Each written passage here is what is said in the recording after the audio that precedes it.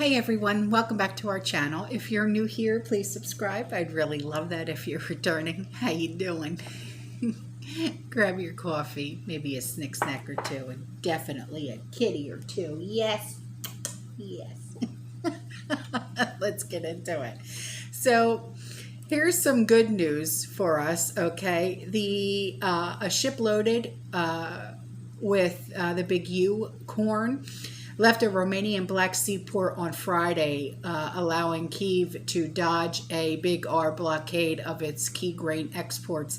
And Romania made the port of Constanta available after the war-torn country's ports were effectively cut off from the world in due to the invasion. All right, I know, it's exciting, isn't it? So the ship carrying 70,000 tons of maize sailed off before dawn, and this is a good thing, okay? It's not revealing where it's headed, all right? And this is a very important moment that demonstrates Romania's commitment to show solidarity. And so I also have a picture. Where is it? Here it is. This is the port of Constanta. It's located in Romania at 44.0922 north at 28.7116 east. 33 vessels have arrived within the past 24 hours. 48 ships are expected to arrive within the next 30 days. It's very good news.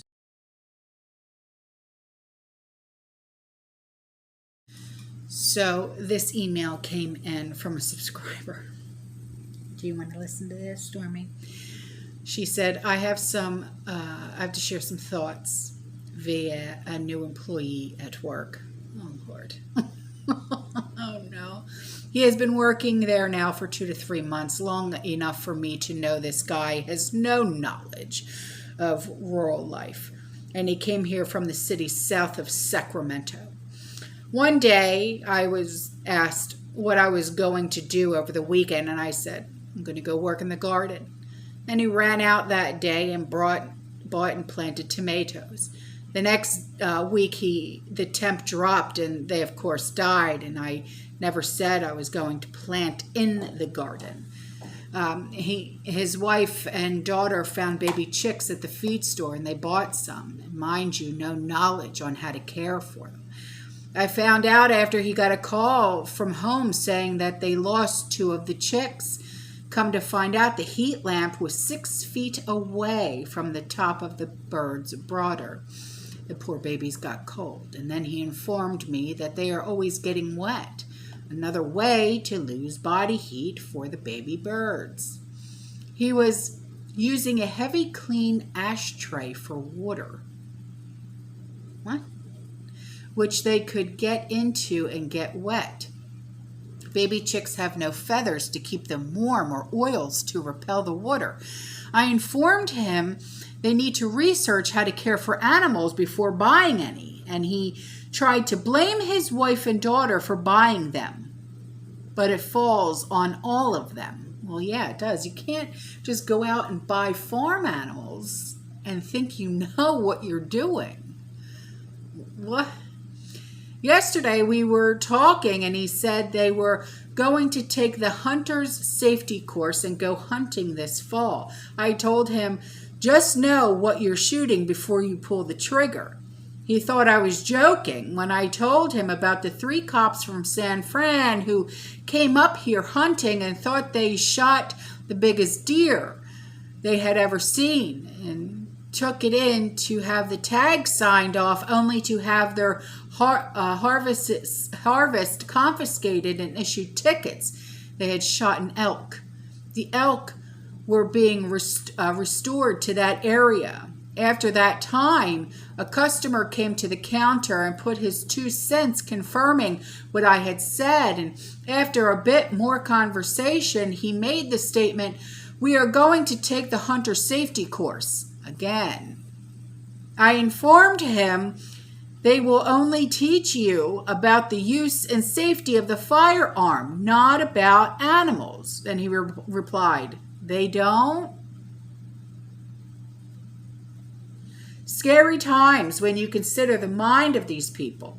Be aware if you are hunting during these SHTF times, these people have no knowledge of what they're doing and do not take the time to learn and gain the knowledge before they jump into things. Yeah, that's so true. My gosh, that is so true. Wow. Wow. My Lord. Okay, so this came in from a subscriber, and she was saying that this is from Ireland, all right? And she said, it makes me wonder if this is what Potato is up to, property rights. And I'll put the pictures up, and they're a little blurry, so you might have to pause the video so you can see what it says, but I'll read them to you. And it says, obviously, we want to make sure that we don't find ourselves in a situation where we don't have space and accommodation, because we've been very clear. We're not going to turn people away. We're not going to put a cap on the number of people. She said, every option is being explored. We want to encourage people to come forward, not to force anybody to have to give up their property or accommodation. McEntee, M-C-E-N-T-E-E, said she would back plans to financially help households taking in refugees from the Big U. Yeah. And she indicated that the government will avoid, if possible, forcing people or businesses to give up their property or open their homes to refugees. We've been seeing an influx of refugees here that have been coming in from the Big U. And it's, you know, here in Florida, you know, we've got people that live here from all over the place, all over the world. But we've been seeing a lot of people that are moving here from the Ukraine. And it's just not something that you would think you would see, but oh boy. It really is. Like my husband, he was on Facebook the other day. And there's this page for Hillsborough County or something like that. And it says something about, I guess there was a church or something like that, that there's families that are moving here from the Ukraine, and they need help with clothing and furniture and household goods because they just moved here and they don't know where to go to get these things. And I'm thinking, what? Wait a minute. What's going on here? So if you're seeing any of this stuff in your area, let me know, because we're seeing it here definitely.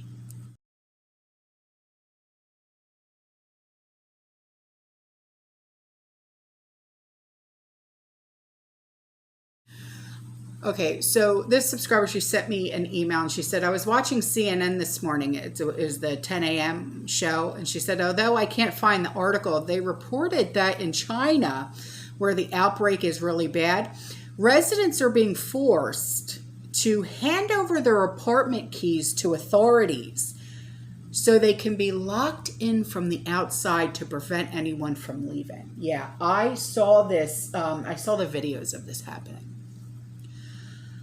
And I was like, wow, the lengths that these authorities are going to. I mean, it was just unbelievable. I mean, why? Why? I'm sure people would listen if you told them, listen, you have to stay indoors, you know, to take someone's keys so you can lock them in. Come on. And Then she goes on to say, I mean, what if a fire breaks out? This is the craziest bullshit I have ever heard of in my life. I can only imagine that happening here. That would go over like a lead balloon. You're not, yeah, you're not joking. I mean, wow. So on to this, baby wipes. Have you heard of the brand called Parents' Choice? I believe that's a Walmart brand, the Walmart brand of baby wipes. There's a recall. Yeah, I know.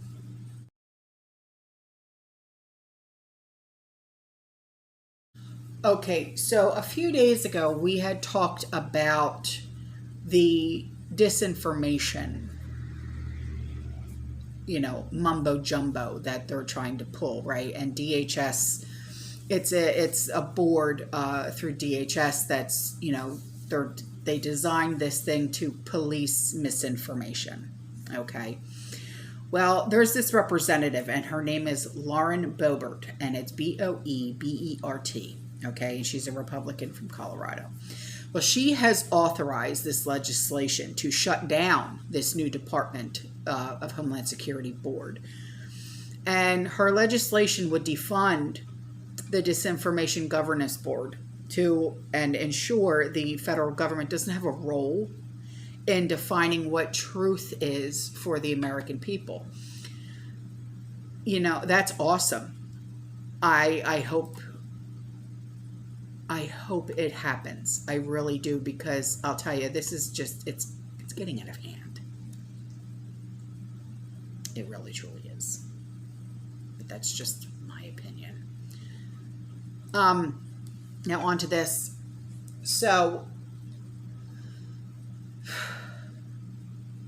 another subscriber, she went to Walmart again. And I know, Walmart, right? It's like, Marsha. She said she decided to go to a different Walmart near her to see what it was like. Same deal. Looks like they got a lot of food from another Walmart that closed. It's a mess. This seasonal aisle cracked her up. Just random stuff, nothing seasonal. Most expiring in a few months. The cereal dates were all different. Same cereal, different dates. It's weird. A ton of spices. A Keebler fudge striped cookie wall. Right? She said, how can some people look at this and think it's normal? I was proud of my overflowing cart, too. Nobody said anything to me. The lady at the door didn't even bother to harass me. I kind of want them to. She said, I think it would be fun to speak to a manager, ask them why the heck they are being so weird. So she sent some pictures of the Keebler wall. Oh my, you're a nightmare. I love it. Whoa, that is a lot of spices. What the heck? And it's like in a dump bin.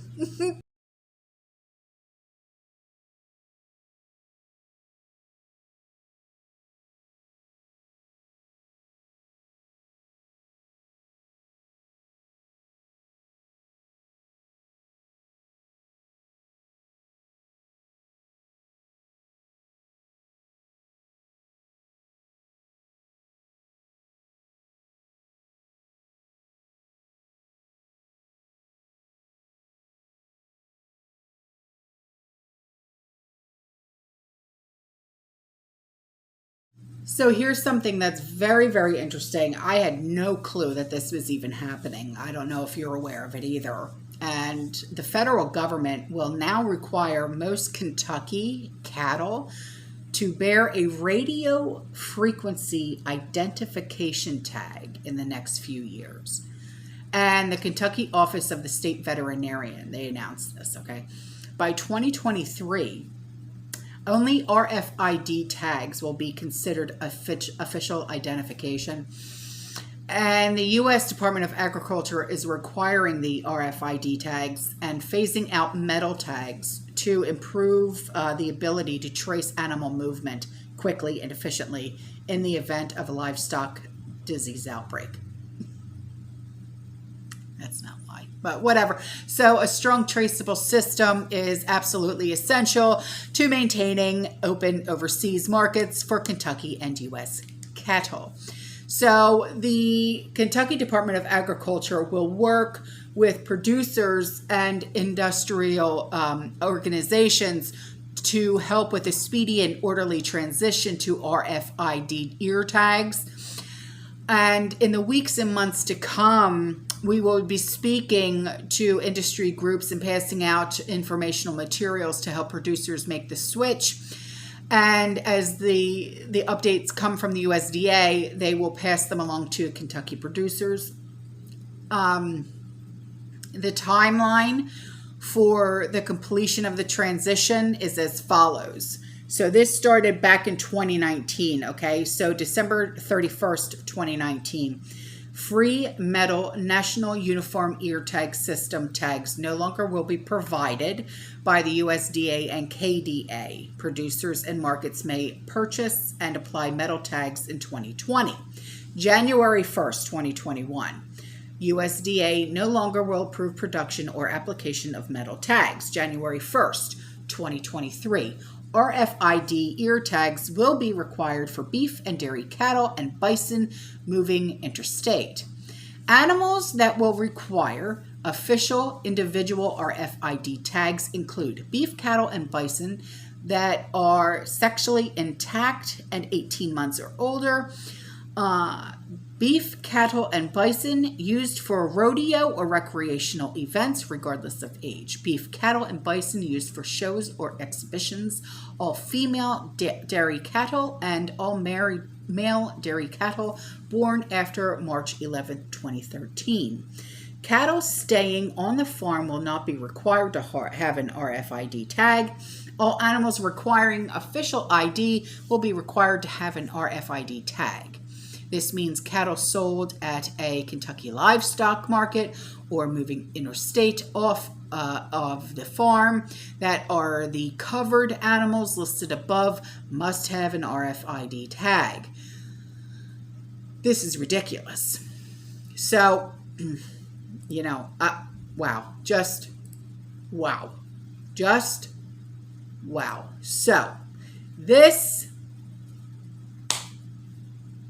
comes from my favorite gal pal in the UK. All right.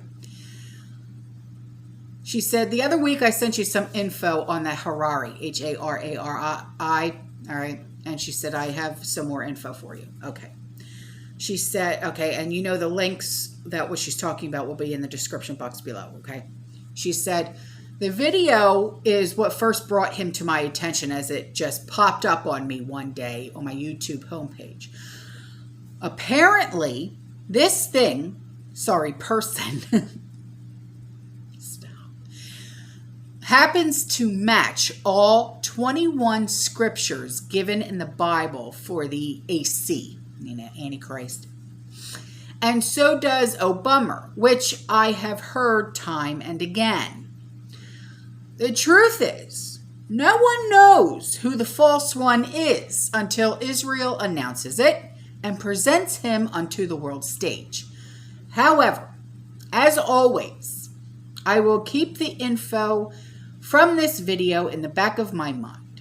Harari must match descriptors, but it must just be that. He matches it and nothing more. The other video popped up comprised of bits of interviews with this Harari, but I couldn't sit and watch it all the way through because this Harari fellow truly does have all the personality and charm of a cat turd. That's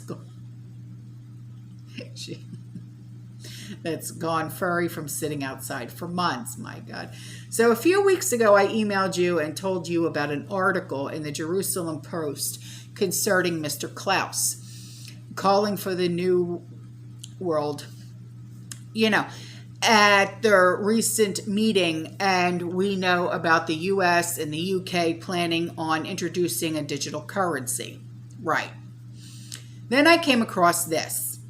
Some may have heard there is going to be one world religion and enforced worship as part of this beast system. Right. We've all heard about that. This year, Dubai will be opening the Abrahamic family house, which will consist of a synagogue, a church, and a mosque. And many have been referring to it as the One World Religion headquarters. That link is in the description box below. While everyone is being distracted or worrying, etc., about the war in Europe and the fallout from that with regards to commodities for those countries, the worsening global supply chain, upcoming famine, and so it goes on. Who has been paying attention to all these other things and what's been happening in Israel? Probably not many people is the answer. However, all these other things are also part of the puzzle and make up a bigger picture of what's coming further down the line. We've all heard of the Great Reset, and some may have heard Klaus mentioning the Fourth Industrial Revolution. The Great Reset is not just financial reset and a wealth grab or wealth transfer or the rich and the elites. The Great Reset is also the setting up and implementation of the beast system. It's coming sooner than anyone realizes. We all know about the social credit score system in China. This will probably be next, be part of the beast system in the future and will be rolled out to the rest of the world in due course. And guess where it's going to next? Later this year, from September, it's going to be rolled out in Bologna, Italy. Bologna. Bologna. Oops. My baloney has a first name. It's O-S-C-A. I'll shut up. So anyway, under the guise of climate change and friendly activities. Once they have their foot in the door with this system will then start being used for other things and roll out to more towns and cities across the country, is what I think. And which country will be next after that? Which country will be next after that? Well, if it's going to do Italy first, it'll probably cover most of Europe first, if it's going to do Italy first.